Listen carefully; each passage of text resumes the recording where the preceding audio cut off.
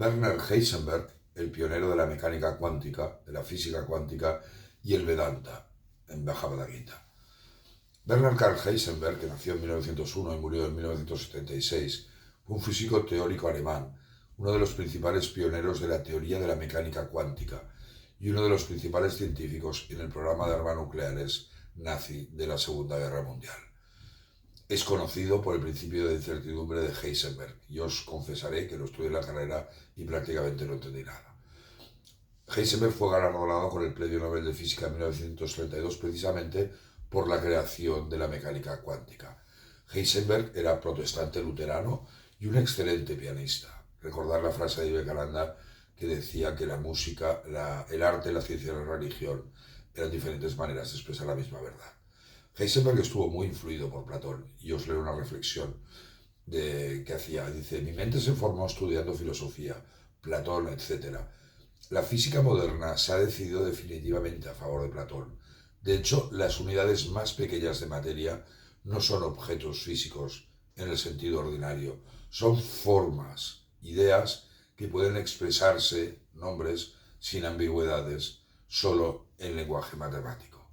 ¿Qué paralelismo con el concepto de nombres y formas del Advaita Vedanta, verdad? Heisenberg se refirió a la naturaleza como el segundo libro de Dios, el primero para él era la Biblia, y creía que la física es una revelación sobre las ideas divinas de la creación. Por lo tanto, la física es un servicio divino. Y me recuerda una frase del matemático indio Ramanuja que decía que una ecuación que no representase un pensamiento de Dios no tenía sentido. Y esta visión se debía a que, y leo entre comillas, que Dios creó el mundo de acuerdo con sus ideas de creación y que los humanos pueden comprender el mundo porque el hombre fue creado como la imagen espiritual de Dios. Heisenberg se sintió intrigado por las implicaciones filosóficas de sus descubrimientos científicos. Influenciado por las filosofías de Oriente, encontró paralelismos entre las enseñanzas del Bhagavad Gita y la interconexión de los sistemas cuánticos. Soy Pedro Noney, experto y traductor del Gita, y estoy realizando una serie de vídeos para que todos sepamos de que la ciencia y la religión son perfectamente compatibles. En mi libro, El Yoga de la Sabiduría, que contiene la traducción del Bhagavad Gita, hay un apartado, no es muy grande, es breve, que precisamente se centra en el estudio de la ciencia y la religión. Ciencia y Bhagavad Gita. Y además, los estudiantes que sigan el curso de Jnana Yoga y del máster, pues hay un módulo más desarrollado. Esto solo es un resumen bajo el epígrafe de ciencia y religión. Heisenberg reflexionó sobre la naturaleza no dual de la realidad. Su análisis de las ideas del Advaita Vedanta muestra el profundo impacto que tuvo en el desarrollo de la teoría cuántica moderna. Y os leo una frase suya: la teoría cuántica no le parecerá ridícula a quienes hayan leído el Vedanta.